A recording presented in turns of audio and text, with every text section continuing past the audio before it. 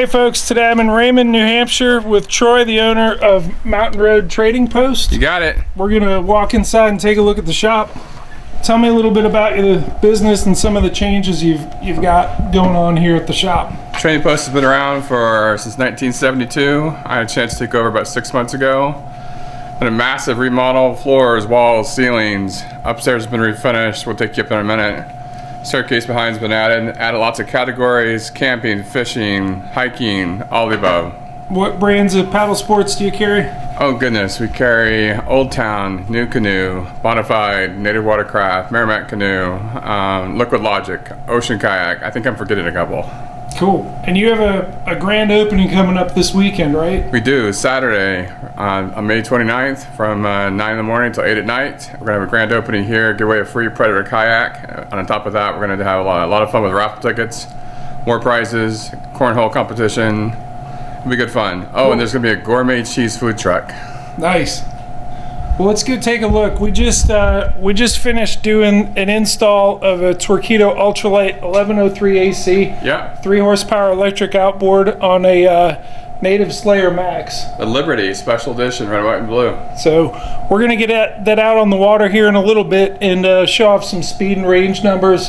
And then the rest of the video is actually going to be an install video that shows how to do that installation. But you'll be offering installs here, and yep. Folks can come by and make appointments to do just to demo boats like that. Yep, these motors are awesome, so you gotta come check them out. Cool.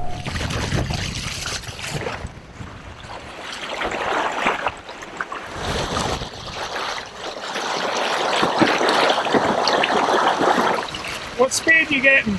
6.2. 6.1 more consistent. Okay. So clearing 6 mile an hour. Nice. So it's your first time running it. What do you think of it? It's fast. It has power. A lot of power. What do you think of foot control steering? I like it. How's that gonna help your fishing? Hands-free. Yeah, hands-free is huge.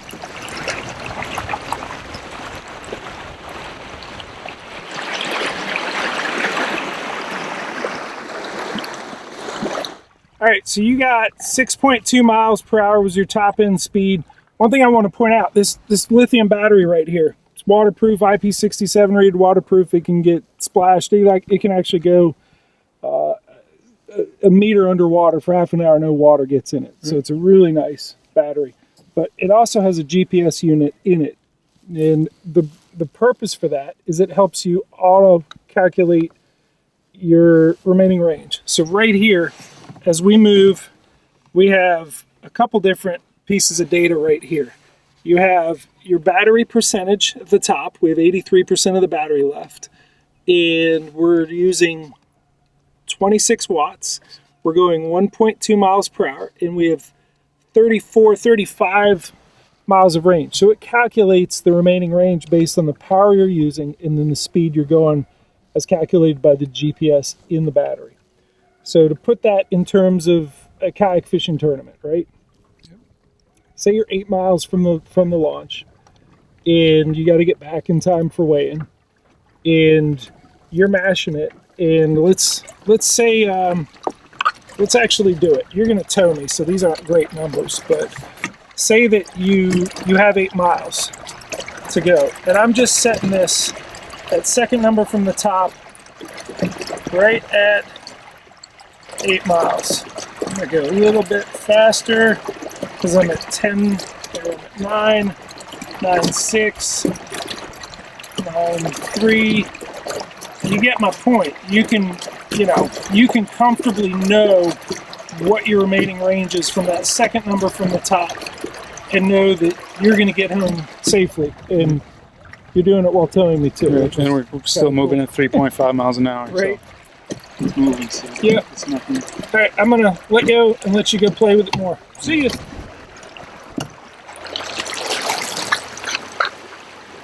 So I'll go ahead and put all the speed and range data up there. It's really easy to calculate because of the throttle. It has that information right there. It'll give you an idea how fast you can go and how far you can go at each of the speeds from 6.2 all the way down to 1 mile an hour.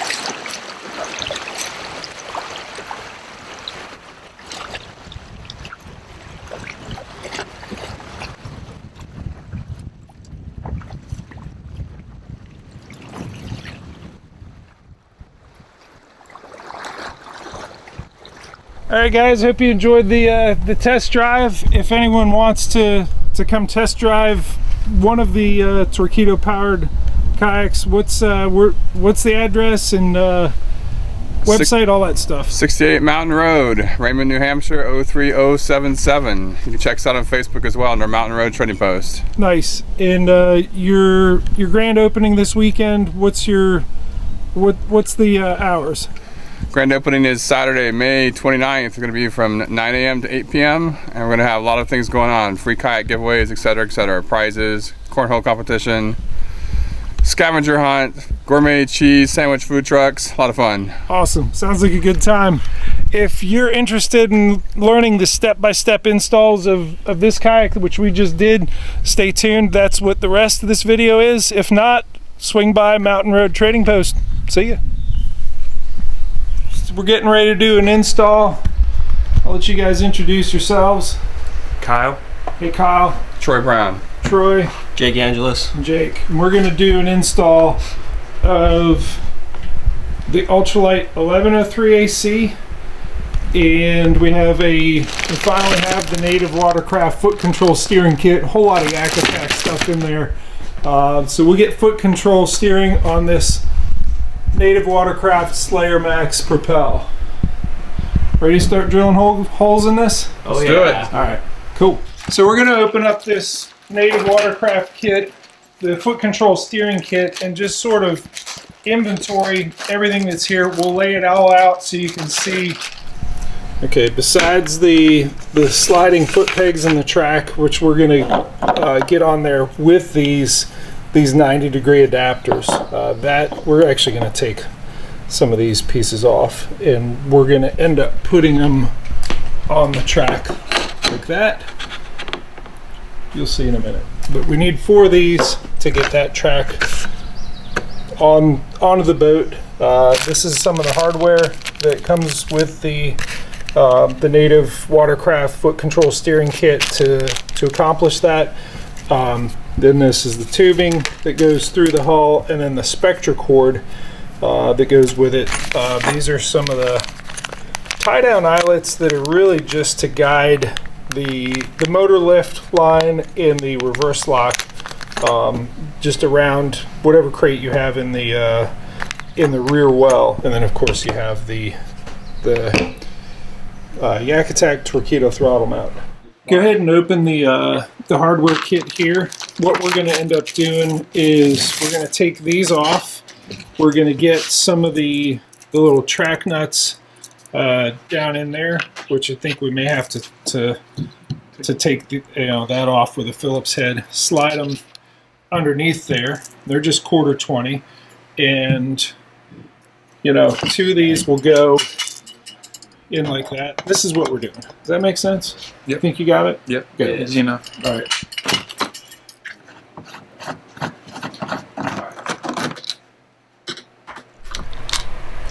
All right, so we're gonna slide the track nuts down in there, and the hardware to get that in is actually there's hardware. Go ahead and open that, Troy. That's the everything all the hardware that the Torqeedo comes with. We'll keep that separate over on this side. So somewhere in here there's some quarter 20s that we can use on these inserts.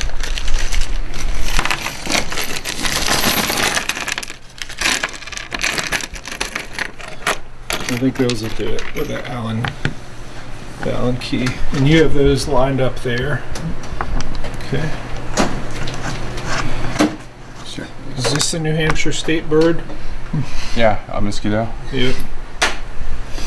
Nice.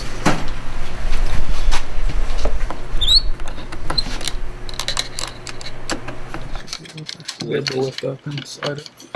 Here, I think you can just. Oh, I did it worse. Wow, I really slid it a long way. Line that up. Just line that up with a. Yep, go straight down. How's that feel? It's good to go. Cool. Like it. All right, we got that on there. So here's the really scary part.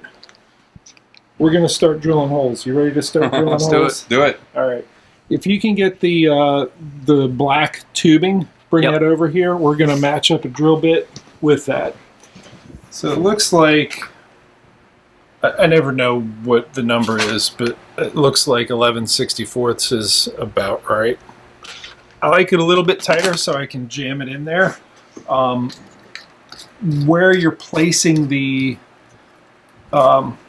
entrance holes for this tubing is always, I use the steering triangle as a guide, and you basically you can do it so that the steering triangle is below, but it limits. You have to actually have it low enough, and I don't like it because it drags underwater when you have a lot of stern squat. So keeping it topside is generally the better way to go.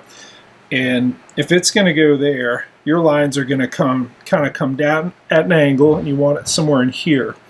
And I like it to be the width of the steering triangle. So we have that centered, and that looks like it's going to be about here and here.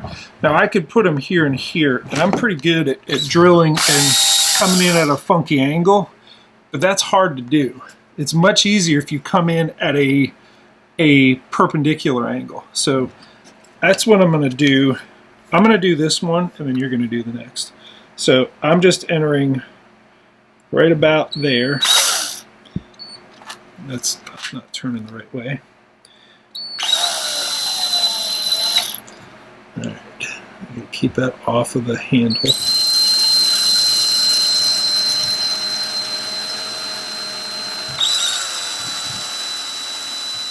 All right. As this comes off, we're going to get a little bit of the shavings, these little corkscrews.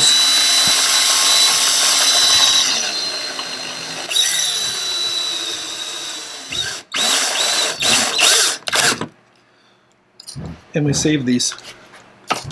This may seem goofy, but we save that. The reason we save that is whenever you decide, oh, I've screwed up, I put it in the wrong place. You can take this, take a torch or a lighter, even like a little grill lighter, heat that up. Once it's soft and tacky, if you say I want it there instead of there, you can jam those back in after you've heated it up, and then take a well, I'd use a flat screwdriver, but you just take a, or a putty knife or a flathead screwdriver and just tamp it back in, and it seals it back up. That's the best way to seal them back up. If you've decided that, hey, that really wasn't the place to put that hole, it's not a big deal. Learn how to plastic weld, play with it. But the key to it is you got to save some of these. So you got a baggie or something? Yeah, if you have a bigger piece, like if you ever do like a flush mount rod holder or some other, that'll work too. But these smaller pieces are gold. I mean, they're just, really important because they do the better job getting little pieces and jamming in there when you heat it up. That's it. So this isn't going in real easy because it is a super tight fit, one thing I'm going to do to make it going easy, just like the leading edge of a syringe, needle, whatever, is chiseled a little bit, and that allows it to kind of slide in there. And we're going to just mash that in there. The fact that it's tight is a good thing. I'm going to run out to my truck and get a little tool that is helpful with this. It's actually just fencing wire from the farm. Like, it's, you know, you'll see. It's something that as you're reaching in from the front side, you're able to basically go in with the fencing wire, put it on there like a sheath, and it guides it through the hole that we're going to do on the front. So I got a little bit ahead of myself and realized, you know, there's an easy side to put this in, and there's the hard side, and we actually started with the easy side. Why is it the easy side? Because it threads right in quick. Well, Accessible through the patch. yeah, we're able to reach in there. We cannot do that up here. There's no hatch, so we actually have to drill the holes up here and run it back and use wherever my wire is. Grabber. We'll find it. We'll find a way to reach in there and grab it and bring it back here, and then from this side we'll reach in and poke it out through there. But to decide where we're putting the tubing in, where it's entering the hull up here, we've gone ahead and done one side of the track, and we're going to show how to do that here in a second. But the guys jumped ahead and put this in. So this is our sliding foot peg. We got one more to do. We'll come back to how that's done, but it's important to have it there so you can look down the line and see. You're going to attach the spectra cord there and see where it's running to, where it will enter. And I think it's going to be right in this area here. So spectra cord's going to attach there for the sliding foot peg, and it's going to enter there, and that's going to be where we push the tubing in first. So grab a drill a hole. We'll push it in that way first. We're using the wire to help guide it straight, and this might be a good practice to use anyways.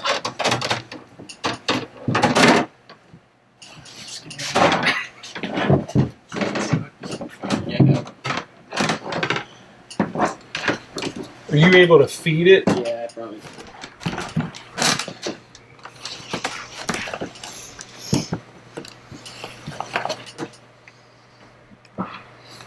Yes, we got it. Okay, hold on. We have a lighter, a screw, and this end. And what we want to accomplish is the end of this tubing, we'll want it flared out or mushroomed out so that when it's drawn tight to that hole, it doesn't pull through. It just creates a little bit of a lip. So we start by just softening up that plastic.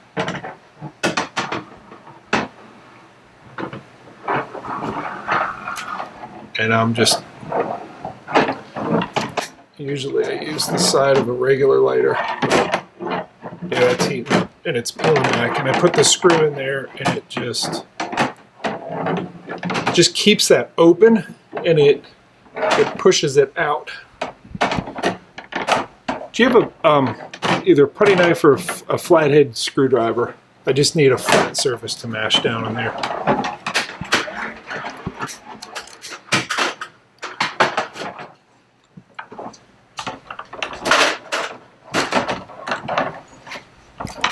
So we're going to do this 4 times. The ones at the back are a little bit more tricky. The last 2 are the tricky ones. These ones are easy, so we want to make sure that we get a nice big lip, and I'm not there yet.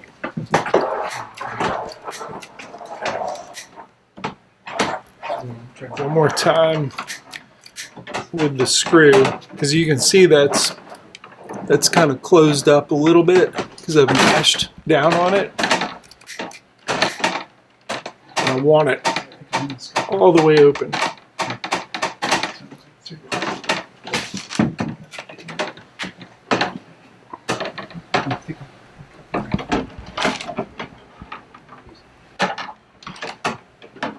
Yep. Nice lip on there. And then we'll get a little bit of silicone around there. So in order to do this, we want this somewhat taut, but not so taut that it pulls through there. What we're going to do is I got a pair of needle nose pliers. I'm going to pull that, and that little bit of stretch is, and when I hold it, you're going to cut where you can work on it with the lighter. I'll pull back. And yeah, and I'm just going to hold this the entire time. Come out a little bit because it'll draw up. There you go. Probably, yeah. Yep. Okay. At this point, if I were to lose the grip, all of our work would be gone. So Yeah. I need to hold on to this tight. You want the screw as well. Yep. Don't bring your forearm. Don't worry about the forearm. It's I'll grow more epithelial cells. I just want to avoid, you know, losing grip on this.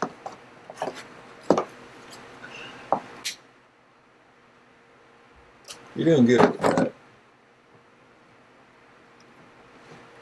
One thing that people mess up sometimes is they let go of this while it's still hot, and because it's still soft, then you're kind of done. Yeah, that looks good. Come in close and get a good view of that. See how much that flares out. You can even zoom with that if you want a little bit. Just again, it's you can great. see that T. Yeah, get this in there and open it up.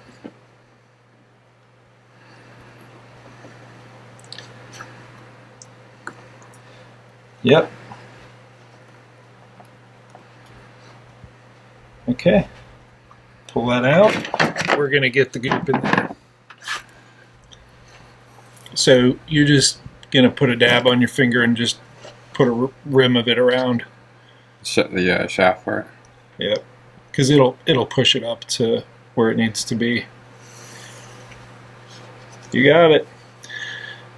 All right. I'm going to hold this another 20 seconds to make sure that this is good and hard. Actually, it is. I can tell. All right. Boom. See how that just drew right in there? It pulled because I pulled that out. I'm just going to just take off that excess around the edge. Okay. Hard one's done. We're going to put some of the spectra cord through there and see how well we do. So we have the spectra cord and the tubing. Tubing's done on both sides, and in order to get this spectra cord cut at the right length to go to the steering triangle, we're going to want to put the motor on there. So let's do this part, and then we're going to come back and explain what we've already done with that sliding foot peg right there. We've done one half. We're going to do the step-by-step on this left side where we haven't done it yet. But let's we're jumping around a bunch, but it'll all make sense in the end. Let's grab the motor and we're going to slide it up through the bottom here. So the pylon is shipped with this profile at an angle. So all I'm doing is loosening this up so that this ring clamp can slide up. And then it's, I think this was an 8, and I don't know what the metric Allen key is, but I think it's a 5. But if you have a metric set, you're good. So this, is going to slide down. The gasket sits down like that, and this needs to mash down on there. And then the ring clamp comes down. And I'll put the Allen key there and tighten it down. So push that up through the bottom. And then we're going to need, there's a motor lift cord, or motor lift bar. Let's see if you have parts there. It's an aluminum. It's this. Go ahead and take that out of the bag. We're gonna put the ring clamp part of it down. If you do it like this, the wings actually hit the sides of this. So we do the ring clamp part down. Just slide that on there. And you can take that quick release hardware out. So I'm gonna just hold this in place while you guys show the quick release hardware. That's gonna go into the steering triangle back here. And you're gonna slide the motor lift bar here. So there are the holes there. Through that, it lines up with the holes on the sides. We use the quick release so that you can adjust the depth of the motor. Right now we have it not quite all the way deep. I mean, if we really wanted to get it as deep as possible, like if you're using it in saltwater use where the boat is pitching over waves like this, you'd want it all the way up. If you're using it in a river setting, we're gonna slide this further down. Let's just pick sort of a middle ground. But because you have that quick release, you can adjust it while you're on the water without any without any tools with you. What I will tell you is you're going to want to swing that open all the way and get it finger tight, as tightly as possible. There's another little trick here for getting this tight enough. If you can open that up, it's called grip paste. And before you tighten it up, we're gonna get some of that pink goo. Get a little bit on my finger there. There we go. So if you touch this stuff, it's gritty. It's almost like rubbing compound. And I'm gonna hold this up. And is that fairly snug? Yeah, we're gonna just smear some of that on there, and it just helps the steering triangle grip on there really good. All right, and I'm gonna wipe the rest on my blue jeans. Okay, and I'm looking down on this, and I'm just getting the steering triangle perpendicular to the motor, and I'm just tightening this as much as I can. So if you don't make this super tight, and I don't know if you can come in top side and look down. I want you to actually, it's probably a better job for me with my long arms. You want this all the way out like this. What happens if you don't have the grip on this really good, it'll slide and you'll only be able to turn left or only be able to turn right. So we want this thing really super tight. Okay, I'm finger tight getting that as much as I possibly can, and this is all the way open. When I come forward with this, yeah, it should be tight. That was too easy. I'm giving it a little bit of help with the grips here.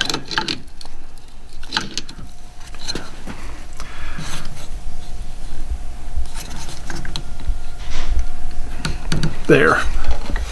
Now you're gonna kind of test it, grab it between your legs and just not move it.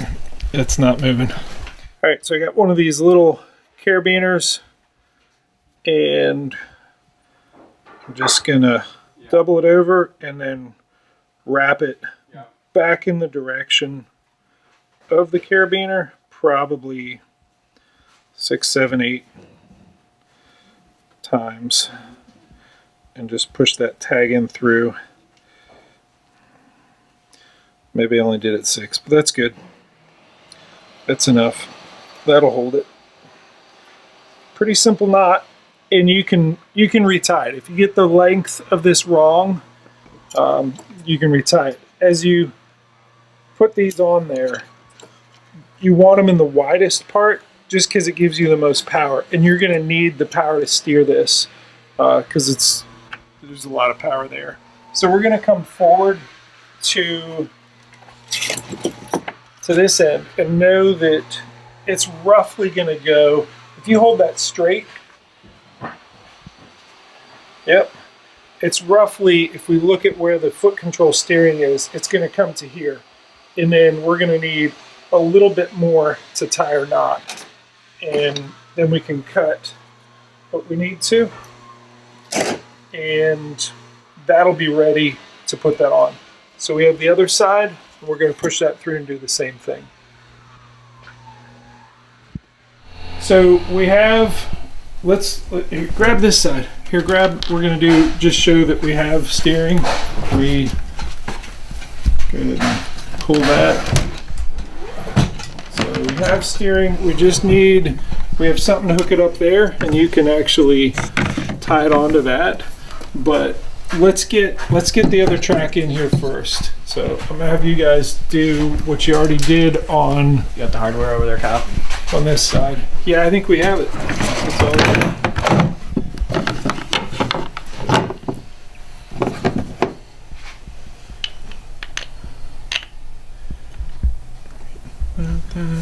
So essentially, you're putting the track on one side of the 90 degree, right? Go ahead and do that.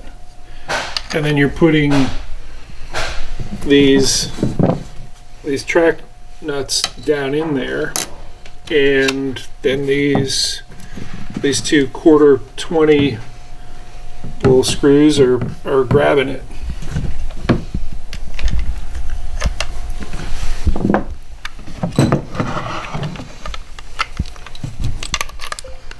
So we're tightening the quarter 20 lock nut that goes to this. So this is the carriage bolt, and there's a carriage bolt square in this part of the 90 degree adapter. So you don't want that, you want, yeah, we're going to drop that down in, and you can put the track nut on there. Yep, you can slide that on, or you can go ahead and just do both of them, get the other one on. And that's it. That's this part right here. And if you look down the lane there, the hardware comes out in a way that it doesn't interfere with the sliding track. It's the right length. Okay, that's assembled. We're going to slide that in first, making sure that the part with the hole to tie the spectra cord. All right, that's tightened on there. We can go ahead and tie this on. And really, we need someone at the back just to keep the motor straight. So just straighten it up. Yep. And we're gonna keep it centered on there, and you're just gonna thread it through there, back it over. Did you see how I did the carabiner on the other one? Yep. Just kind of coil it back in the direction, and then tag the tag in through there. So some people will ask, and I'll go ahead and put this together, but why is there an extra ring clamp in quick release? We'll go ahead and put this together just so you have it as I don't want to say as a spare. There are installs where you need a second one. And a good example of it is where you have the motor set at whatever depth you have, but you want to have the motor lift bar a little bit higher, because the motor would be up like this. When you're steering from it, way up here, I don't know, like there's just different configurations, but you can use this one to keep the motor lift way up here. But in this case, we combine both steering triangle and motor lift. If you wanted to put just the motor lift up at the top, it actually makes it a little bit of an easier lift. But different options there. We just combined, you know, the motor lift and the steering triangle in one. Next thing we're going to do is the motor lift cord. So this is going to actually double back. And before we do this, I'm going to put a set of tie-down eyelets in this rear track. And really what this does is it routes the motor lift cord around whatever you have back here. So basically you don't have this cord, you know, rubbing and sawing on the corner of, say, a Yak Attack Black Pack or whatever you have back there. It just routes it around, and it needs the stainless steel to do that. This cord, it's stronger than parachute cord. I don't know what it is. It's German parachute cord. It's tough. It will saw through plastic. It will absolutely saw through plastic. So I'm gonna need a screwdriver to get this guy out. We're gonna take this out. I might need a smaller one. And we're just gonna put that there. Yep. Slide that out. Slide that in. And you can start assembling the next one. It's gonna go here.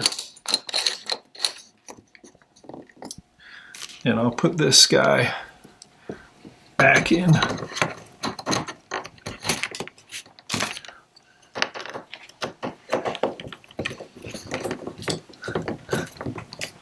All right. On the front side, we'll tackle that next, but it's going to come from, there'll be a cleat and something it'll turn around on. But at the back, it's going to come from the front through there, through this. I'm going to need a carabiner there, and then it's going to come down here, come through there, overhand knot, and you're done. So this is what lifts the motor up. So in order to do that, that doubling back there is almost enough, but you need it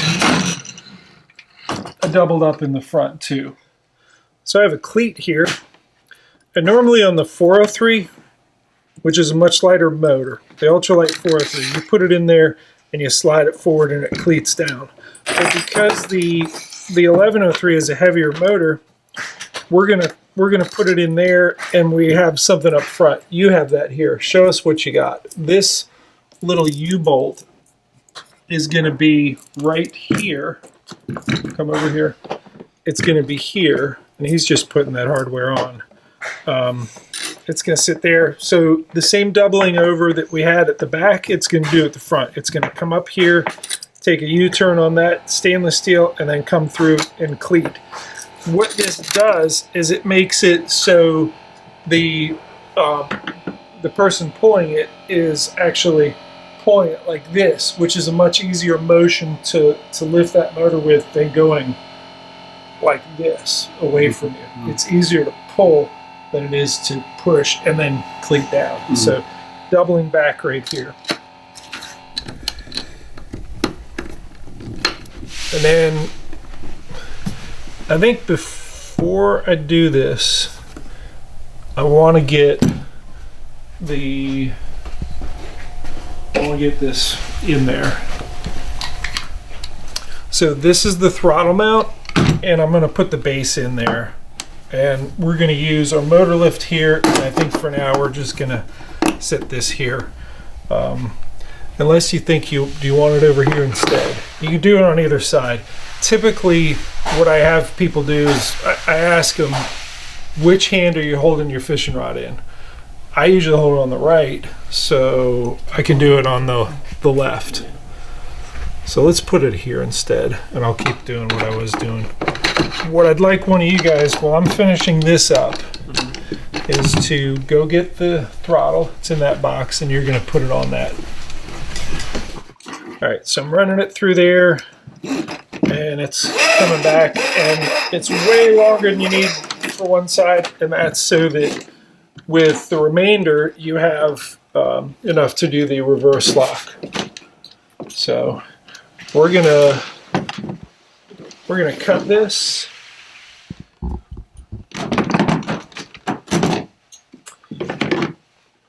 We're gonna cut this, and I actually like it pretty close. And you can just tell you, since that lighter's right there, just singe the end of that. Keep that clean.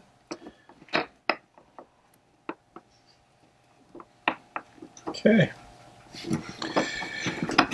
And that is the motor lift. You cinch that down, you're good to go. When you want it to go back in the water, you lift up on this and then let it go. And I know that sounds violent, but we bench tested that slamming of the motor coming down, and found that the pivot drum for the 403, I get asked all the time, people say, why can't I just take the 1103 pylon and stick it in my 403 mount, and then I only have to buy the pylon. It's already have the battery and the throttle. It wouldn't live, would not survive it. It's a much more powerful motor, and it's heavier, and that's one of the differences. Obviously the motor lift bar is different, the steering triangle is beefed up, and there's some other components that are a little bit different. But that's one of them, because the weight of the motor coming down, and also slamming forward. 3 horsepower and 1 horsepower, you couldn't have the same equipment. It wouldn't survive, but this is tough. Got that all wired in right there. Yep. A little WD-40 in there. Cool. Running the wire out. Yep. Get the throttle with the cable on there, and you're going to put it on the Yak Attack throttle base. Nice. Yep.